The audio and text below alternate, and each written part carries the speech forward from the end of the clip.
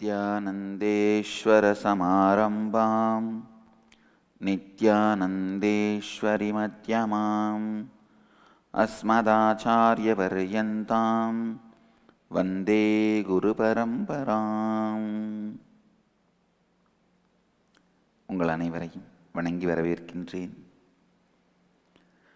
வாழ்க்கை வாழ்வதற்கே நிகழ்ச்சியில் உங்களை சந்திப்பதில் பெருமகிழ்ச்சி அடைகின்றேன். வாழ்க்கையை முழுமையாக வாழ்வதற்கான இந்த 4 சத்தியங்கள், integrity, authenticity, responsibility and enriching, சம்பூர்த்தி, ஸ்ரத்தை, ஒருங்கிணைத்தல். நல்ல ஆழமாக புரிஞ்சுங்க. சம்பூர்த்தி என்றால் இன்டெகிரிட்டி, ஒருங்குவித்தல்; ஸ்ரத்தை, அத்தென்டிசிட்டி, பொறுப்பெடுத்தல், ரெஸ்பான்சிபிலிட்டி; என்ரிச்சிங், வளப்படுத்துதல். இந்த வளப்படுத்துதல் அப்படின்னா என்ன? டெஃபினேஷன், அதனுடைய தெளிவான விளக்கத்தை பார்ப்போம். ஸ்ரத்தையோடு, பொறுப்போடு, நம்மையும் மற்றவர்களையும் கைவிடாமல் இந்த சத்தியங்களை நாமும் வாழ்ந்து மற்றவர்களையும் வாழ வைப்பது.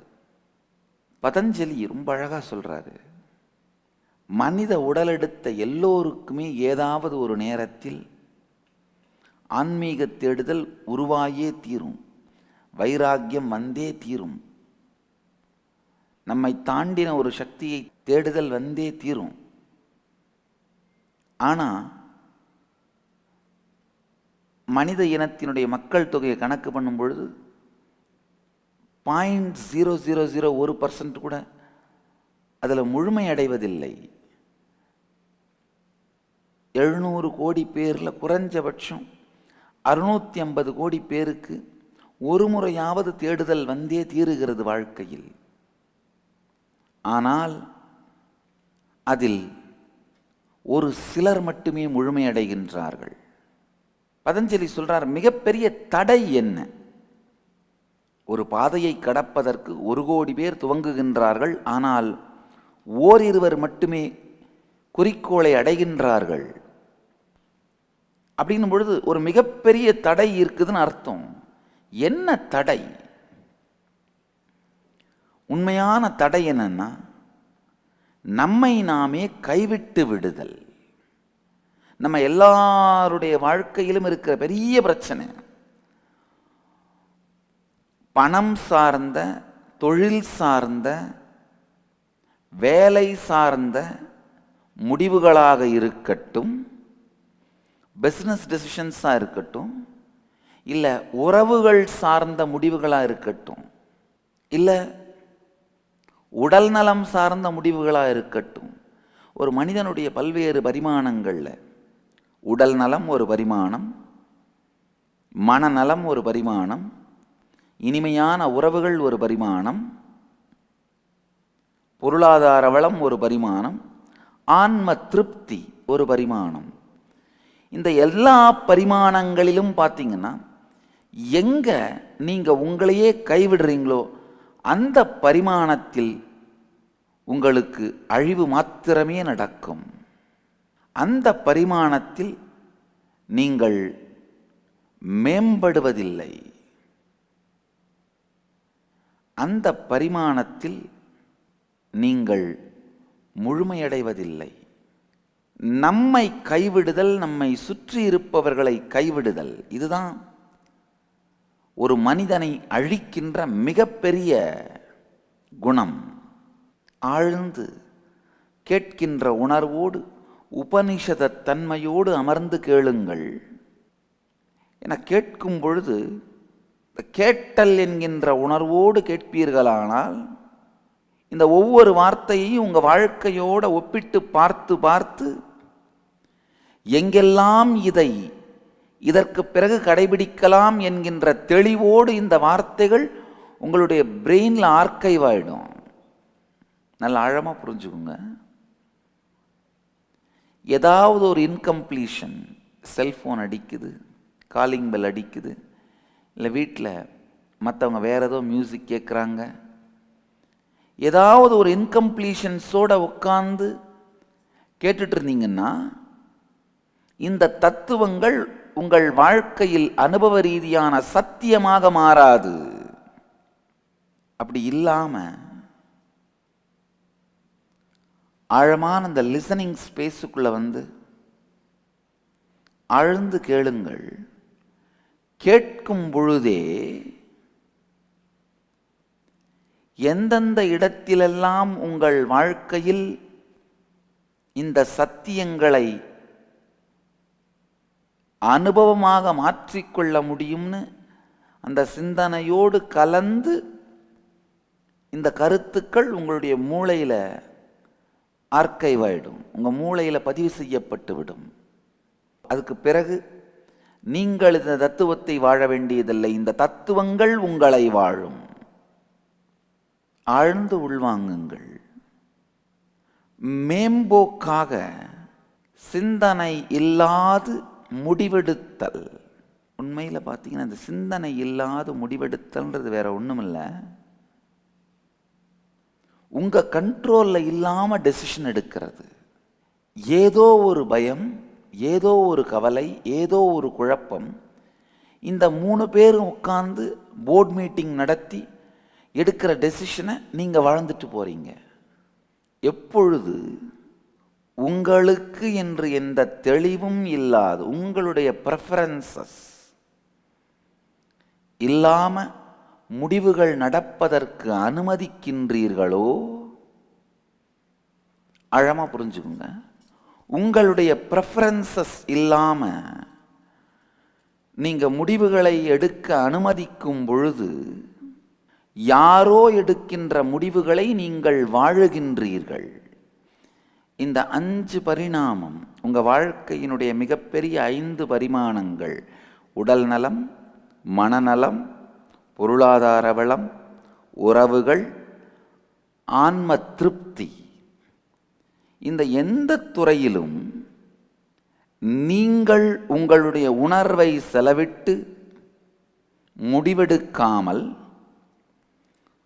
சூழல் முடிவெடுக்க அனுமதிக்கின்றீர்களோ, அங்கெல்லாம் நீங்கள் உங்களை கைவிட்டு விடுகின்றீர்கள். எங்கெல்லாம் நீங்கள் உங்களை கைவிடுகின்றீர்களோ, உங்களை சுற்றி இருப்பவர்களை கைவிடுகின்றீர்களோ, அங்கெல்லாம் வாழ்க்கை உங்களிடமிருந்து விடைபெற்று விடுகின்றது. பிறந்ததிலிருந்து இறப்பது வரை நீங்கள் வாழ்வதில்லை, சுவாசிக்கிறீர்கள். சுவாசிக்கும் நேரமெல்லாம் வாழ்க்கைக்காக செலவிடப்படுவதில்லை. சுவாசம் வேறு, வாழ்வது வேறு. உங்களுடைய வாழ்க்கை ஓட்டமும் உணர்வு ஓட்டமும் பொருந்தியிருக்கின்ற வினாடிகள், நேரங்களில் மட்டும்தான் நீங்கள் வாழ்கிறீர்கள். வாழ்க்கை ஓட்டமும் உணர்வு ஓட்டமும் பொருந்தாத பொழுது வாழ்க்கையை நீங்கள் வாழ்வதில்லை. எப்பெல்லாம் பவர்லெஸ்ஸாக உங்களை ஃபீல் பண்ணுறீங்களோ அப்பெல்லாம் நீங்கள் வாழ்க்கையை வாழ்வதில்லை. வாழ்க்கையில் எந்த வினாடிகளெல்லாம் பவர்லெஸ்ஸாக ஃபீல் பண்ணுறீங்களோ அப்பெல்லாம் நீங்கள் வாழ்க்கையை வாழறதில்லை. பவர்லெஸ்ஸான மூமெண்ட்ஸை குறைக்கிறதும் பவர்ஃபுல்லான மூமெண்ட்ஸை அதிகமாக்குறது தான் வாழ்க்கை. இந்த பவர்லெஸ் மூமெண்ட்ஸ் பல நேரத்திலையும் வாழ்க்கையில் இந்த பவர்லெஸ்ஸான மூமெண்ட்ஸை எக்ஸ்பீரியன்ஸ் பண்ணுறது, அது என்ன நடக்கின்றது உங்களை சுற்றிலும், உங்களுக்கும் என்ன நடக்கின்றது என்பதை பற்றி தெரிந்து கொள்ளாமலே பவர்லெஸ்ஸான மூமெண்ட்ஸை சார்ந்து வாழறது. நல்ல ஆழமாக புரிஞ்சுங்க. வாழ்க்கையில் பவர்லெஸ் மூமெண்ட்ஸ் இல்லாமல் வாழறது தான் உங்களை கைவிடாமல், மற்றவர்களை கைவிடாமல் வாழ்வது. பவர்லெஸ் மூமெண்ட்ஸ்னால் என்னன்னு டிஃபைன் பண்ணுறேன், ஆழமாக கேளுங்க. எப்போ உங்களுடைய வாழ்க்கையை நீங்கள் வாழ முடியும் என்கின்ற உணர்வு உங்களுக்குள் மறைந்து உங்கள் வாழ்க்கையை வலுவாக உணரத் துவங்குகிறீர்களோ அந்த மூமெண்ட்ஸ்ல தான் பவர்லெஸ் மூமெண்ட்ஸ். உங்க வாழ்க்கையில் எத்தனை பவர்லெஸ் மூமெண்ட்ஸை தினந்தோறும் பார்க்குறீங்க, அனுபவிக்கிறீங்க? ஒரு 2 நிமிடங்கள் சிந்தியுங்கள். வாழ்க்கையில் பவர்லெஸ் மூமெண்ட்ஸை எத்தனை முறை அனுபவிக்கிறீங்க? ஒரு சின்ன விஷயம், ஆஃபீஸுக்கு லேட்டாக போனீங்க, பாஸ் கூப்பிட்டு திட்டுறாருன்னா அந்த மூமெண்ட்டை பவர்லெஸ்ஸாக ஃபீல் பண்ணுவீங்க. வீட்டுக்கு லேட்டாக வந்தால் மனைவி திட்டினா அந்த மூமெண்ட்டை பவர்லெஸ்ஸாக ஃபீல் பண்ணுவீங்க. உங்கள் வாழ்க்கையில் இந்த பவர்லெஸ்ஸான மூமெண்ட்ஸ் எத்தனை நிமிடங்கள், எத்தனை சூழல்களில் உங்கள் வாழ்க்கையை பவர்லெஸ்ஸாக ஃபீல் பண்ணுறீங்க அப்படிங்கிறத ஆழ்ந்து பாருங்க. உங்கள் வாழ்க்கையை பவர்லெஸ்ஸாக நீங்கள் ஃபீல் பண்ணுற மூமெண்ட்ஸ் எல்லாம் தான் வாழ்க்கையை நீங்கள் நரகமாக்கி கொள்ளுகின்ற வினாடிகள், உங்களை நீங்களே கைவிடுகின்ற வினாடிகள். பவர்ஃபுல்லாக நீங்கள் ஃபீல் பண்ணுற, உங்களை பலசாலியா வாழ்க்கை உங்கள் கண்ட்ரோலில் இருக்கிற மாதிரி நீங்கள் ஃபீல் பண்ணுற நேரங்களை விட பவர்லெஸ்ஸாக ஃபீல் பண்ணுற நேரம் அதிகமாகும் பொழுது இயற்கையிலேயே தற்கொலை எண்ணம் வர துவங்குகிறது. இந்தியாவிலேயே அதிக அளவு மக்கள் தற்கொலை செய்து கொள்ளுகின்ற மாநிலம் தமிழ்நாடு. போன வருஷம் 2012 இந்தியாவிலேயே அதிக அளவு தற்கொலை நிகழ்ந்த மாநிலம் தமிழ்நாடு. நேஷனல் கிரைம் ரெக்கார்ட்ஸ் பியூரோவோட ரிப்போர்ட் படி போன வருஷம் 2012 மட்டும் 16,927 தற்கொலைகள் நடந்திருக்கு. காரணம், நம்மளை பவர்லெஸ்ஸாக ஃபீல் பண்ண வைக்கிறது ரொம்பவுமே ஈஸி. மக்களை பவர்லெஸ்ஸாக ஃபீல் பண்ண வைக்கிறது, அதுக்கு நிறைய மெக்கானிசம் ஒர்க் பண்ணுது. ஆனால் உங்களை பவர்ஃபுல்லாக ஃபீல் பண்ண வைக்கும் பொழுது மட்டும்தான் வாழ்க்கையின் மிக உயர்ந்த விஷயங்கள் வெளிப்படுகின்றன. கிரியேட்டிவிட்டி, ப்ரொடக்டிவிட்டி, இது எல்லாமே மக்கள் பவர்ஃபுல்லாக ஃபீல் பண்ணும்போது தான் வெளிப்படும். பவர்லெஸ்ஸாக ஃபீல் பண்ணும்போது வெளிப்படாது. உங்களை நீங்களே கைவிடாமல் இருத்தல். ஒவ்வொரு சூழலிலும், ஒவ்வொரு துறையிலும் உங்களை நீங்கள் கைவிடாமல், மற்றவர்களையும் கைவிடாமல் வாழ்க்கையை நடத்துறது தான் வளப்படுத்துதல். உங்களுடைய வாழ்க்கையில் எல்லா பெரிய பெரிய தவறான முடிவுகளுமே நீங்கள் உங்களையே கைவிடும் பொழுதும் மற்றவங்களை கைவிடும் பொழுது தான் எடுப்பீங்க. அதனால நான் திரும்ப திரும்ப நான் ரெக்வெஸ்ட் பண்ணுறது உண்டு, நீங்கள் பவர்லெஸ்ஸாக ஃபீல் பண்ணும்போது தயவு செஞ்சு எந்த முடிவும் எடுக்காதீர்கள். உங்கள் மனைவியோட ஏதாவது ஒரு சண்டை,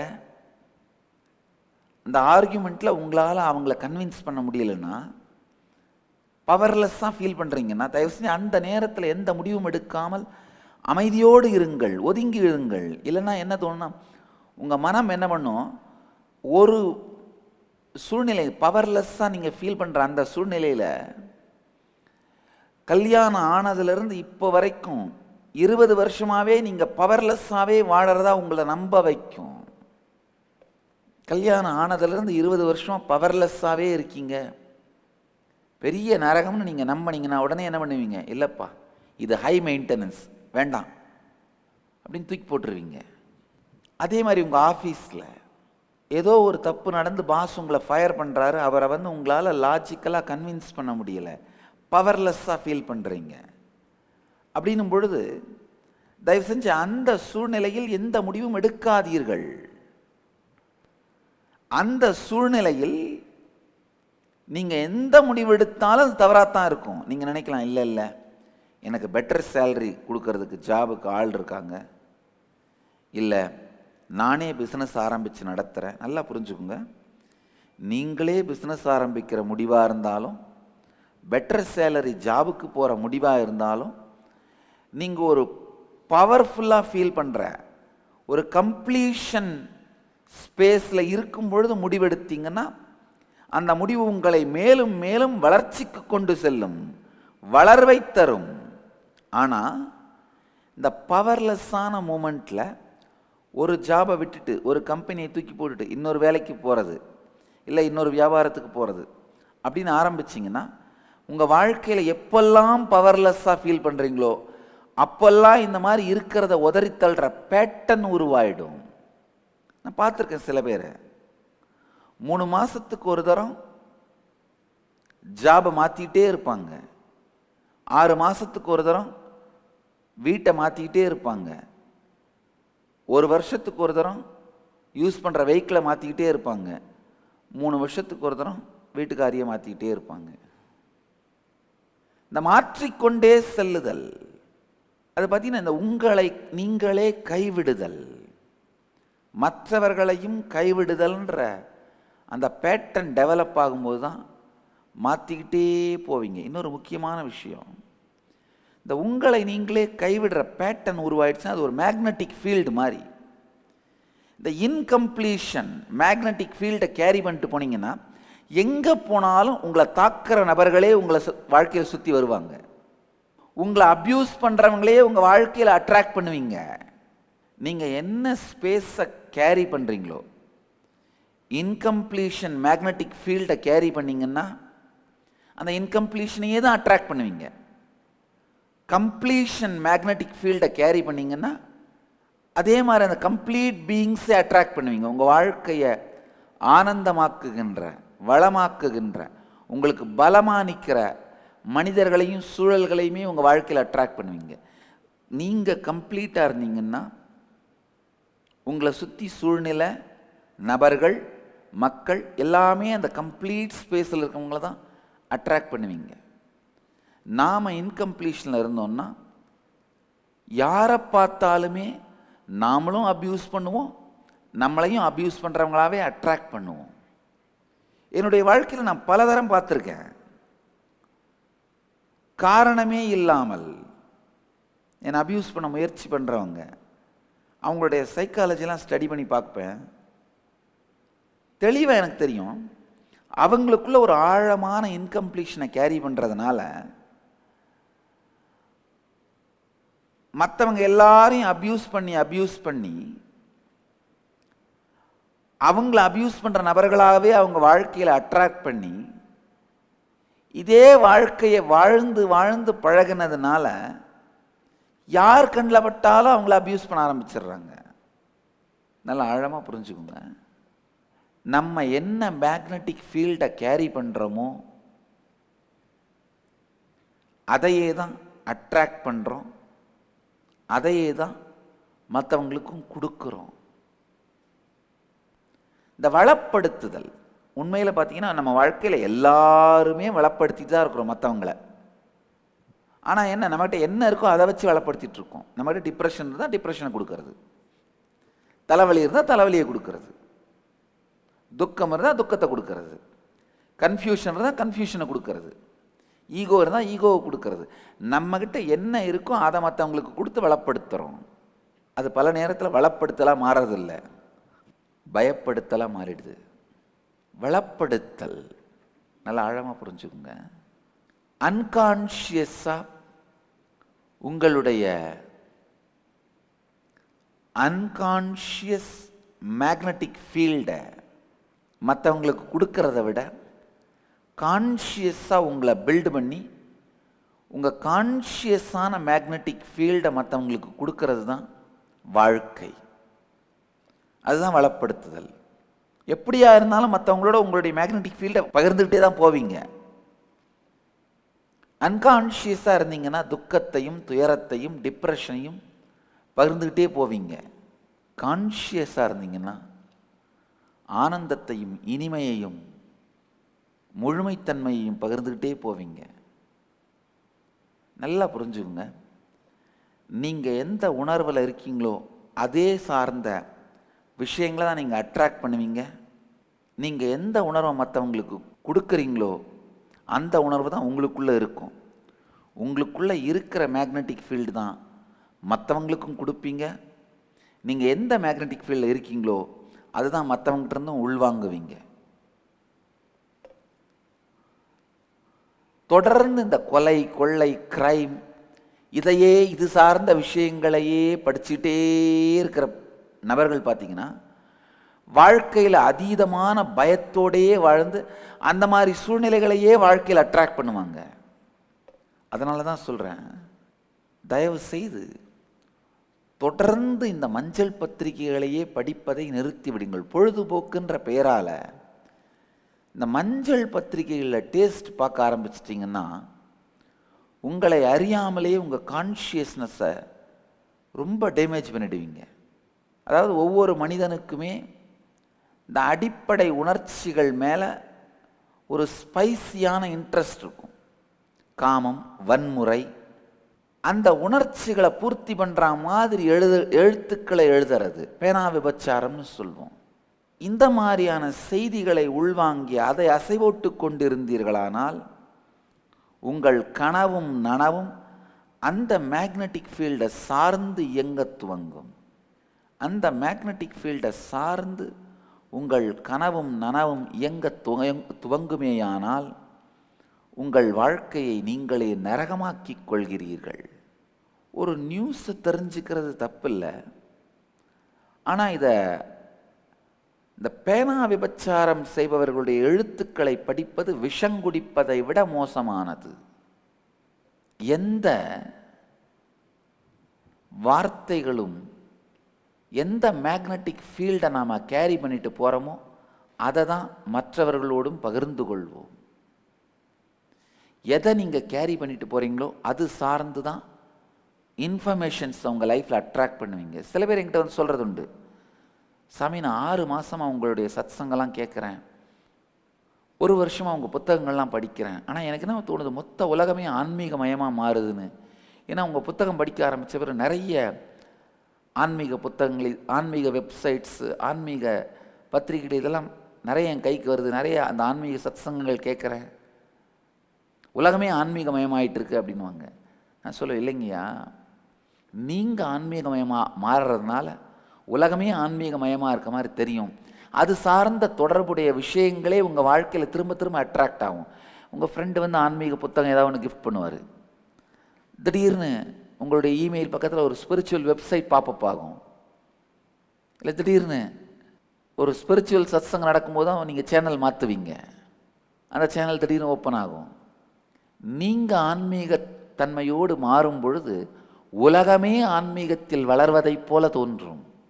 நீங்கள் வன்முறை உணர்வோடு மாறும் பொழுது உலகம் முழுவதுமே வன்முறையாளர்கள் இருக்கிற மாதிரி தோன்றும். ஆழமாக புரிஞ்சுக்குங்க. எப்படியா இருந்தாலும் நீங்கள் விரும்பினாலும் விரும்பாவிட்டாலும் தொடர்ந்து நீங்கள் மற்றவர்களுடைய வாழ்க்கையை வளப்படுத்தி கொண்டேதான் இருப்பீர்கள். அன்கான்ஷியஸா வளப்படுத்தினீங்கன்னா நீங்கள் கேரி பண்ணுற கன்ஃபியூஷன், கவலை, இதை வச்சு மற்றவர்கள் வாழ்க்கையை வளப்படுத்துவீங்க. ஆனால் கான்ஷியஸா வளப்படுத்த துவங்கும் பொழுதுதான் வாழ்க்கை மலருகின்றது, வாழ்க்கை முழுமையடைகின்றது. கான்ஷியஸா உங்களுடைய பீயிங்கை பர்ஃபெக்ஷனுக்கு எடுத்துட்டு வாங்க. இன்டெகிரிட்டி, ஆத்தென்டிசிட்டியோட நீங்கள் வாழும் பொழுது இயற்கையிலேயே இந்த இன்டெகிரிட்டி, ஆத்தென்டிசிட்டி, ரெஸ்பான்சிபிலிட்டி மூன்றுமே மற்றவர்களையும் வளப்படுத்தும். முதல்ல நீங்கள் செய்ய வேண்டியது உங்கள் வாழ்க்கையில் இந்த சத்தியங்களை ஆழ்ந்து உள்வாங்கி உங்களையும் மற்றவர்களையும் கைவிடுவதில்லை என்கின்ற தெளிந்த உறுதிக்கு வருவது. மக்களை கைவிடுவதில்லை, நீங்கள் எக்காரணம் கொண்டும் உங்களையும் உங்களை சுற்றி இருப்பவர்களையும் கைவிடுவதில்லை என்கின்ற தெளிவை எடுத்து வந்தால் மட்டும்தான் வாழ்க்கையின் முழுமைத்தன்மையை பார்ப்பீர்கள். வாழ்க்கை வாழ்வதற்கே என்கின்ற உண்மையை புரிந்து கொள்வீர்கள். இன்றைய வாழ்க்கை வாழ்வதற்கே நிகழ்ச்சியின் சாரம் உங்களையும் கைவிடாது, உங்களை சுற்றி இருப்பவர்களையும் கைவிடாமல், பலவீனமாக நீங்கள் உங்களை உணரும் பொழுதெல்லாம் எந்த முடிவும் எடுக்காமல், இன்டெகிரிட்டி, ஆத்தென்டிசிட்டி, ரெஸ்பான்சிபிலிட்டி, ஒருங்குவித்தல், ஸ்ரத்தை, பொறுப்பெடுத்தல் என்ற 3 தத்துவங்களையும் நீங்களும் வாழ்ந்து சுற்றி இருப்பவர்களையும் வாழ வையுங்கள்.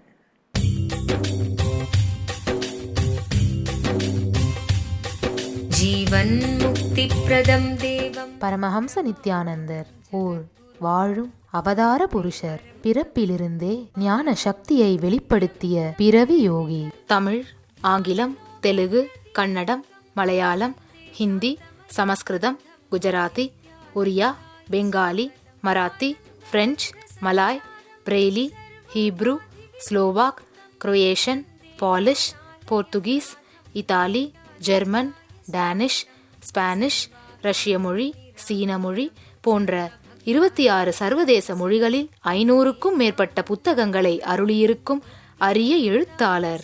10,000 மணி நேரத்திற்கும் மேல் ஞான கருத்துக்களை மொழிந்துள்ள அரிய பேச்சாளர். லட்சக்கணக்கானவர்களுக்கு அன்னதானம், இலவச மருத்துவ வசதி, கல்வி உதவி, மேலும் உலகம் முழுவதிலும் 140க்கும் மேற்பட்ட இடங்களில் பள்ளிகள், ஆசிரமங்கள், ஆலயங்கள் மற்றும் மருத்துவமனைகள் அமைத்து ஒப்பற்ற சேவை செய்து வரும் சமூக சேவகர். லட்சக்கணக்கானவர்களுக்கு தலைவலி முதல் கேன்சர் வரை தனது தியான சக்தியால் தீர்த்து வைத்த தியான சிகிச்சையாளர். கோடிக்கணக்கான மக்களுக்கு உடல் நலம், மனவளம் ஆகியவற்றிற்கான கிரியைகளை வகுத்து தரும் கிரியா யோகி. கோடிக்கணக்கான மக்களுக்கு வாழ்வியல் பிரச்சனைகளுக்கான தீர்வுகளை தந்த வாழும் ஞானி. இந்தியாவில் பெங்களூரு, ஹைதராபாத், திருவண்ணாமலை, சேலம் மற்றும் அமெரிக்காவில் Los Angeles, San Jose, Seattle, Toronto, Ohio, Oklahoma, Phoenix, Saint Louis, Brazil, Paris, Guadeloupe, Dallas, New York, New Jersey, Atlanta, Calgary, Vancouver போன்ற நகரங்களில் வைதீக ஆலயங்களையும், மலேசியா, சிங்கப்பூர் போன்ற 154க்கும் மேற்பட்ட நாடுகளில் தியான மையங்களையும் ஆசிரம கிளைகளையும் இயக்கி நடத்தி வரும் உலகளாவிய நித்யானந்த தியானபீட ஆன்மீக இயக்கத்தின் நிறுவனர். 1 கோடிக்கும் மேற்பட்ட சீடர்களால் ஆத்மார்த்தமாக பின்பற்றப்படும் ஞான குரு. தீட்சையின் மூலம் சக்தி பரிமாற்றத்தை நிகழ்த்தும் அவதார சக்தி. பாரம்பரிய யோகக்கலையை ஆயிரக்கணக்கான யோக மையங்கள் மூலம் உலகமெங்கும் எடுத்துச் சென்ற நவீன கால யோகி. லட்சக்கணக்கான மக்களுக்கு குண்டலினி சக்தியை உயிர்ப்பித்து அஷ்ட சித்திகளை அருளும் அஷ்டமா சித்திதாயகன். லட்சக்கணக்கான இளைஞர்களின் எதிர்காலத்திற்கு வழிகாட்டியாய் திகழும் ஒரே இளம் குரு. உலகிலேயே இணையதளத்தின் மூலம் அதிகமாக பார்க்கப்படும் ஆன்மீக குரு. அரசியல் துறையிலும் ஊடகத்துறையிலும் ஊடுருவியிருக்கும் நாத்திக ரவுடி கும்பல்களால் தொடுக்கப்பட்ட மத தாக்குதலையும் தாண்டி ஒப்பற்று ஒளிரும் ஆன்மீக ஒளி. பரமஹம்ச நித்யானந்தர் அவர்கள் உலகின் மிக பழமையான இந்து மதத்தின் முதுகெலும்பாக விளங்கும் மகா நிர்வாணி பீடத்தின் 1008 ஸ்ரீ மகாமண்டலேஸ்வரராக முடிசூட்டப்பட்டுள்ளார். அசைக்க இயலாத என்றென்றும் நிலைத்திருக்கும் ஞான கல்ப விருட்சம். நித்யானந்தாய ஸ்வாகதம்.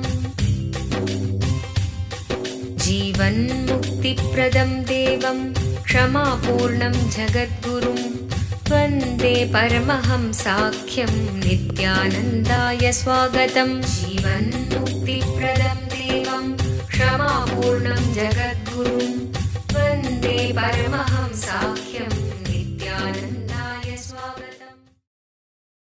உங்கள் எல்லோரையும் நித்யானந்தத்தில் நிறைந்து, நித்யானந்தத்தில் மலர்ந்து, நித்யானந்தத்தில் கரைந்து, நித்யானந்தமாகிட ஆசீர்வதிக்கின்றேன். நன்றி. ஆனந்தமாக இருங்கள். நித்யானந்த தியான பீட்டம், நித்யானந்த நகர், பிடதி, பெங்களூரு. Phone 08027279999 www.nityananda.org.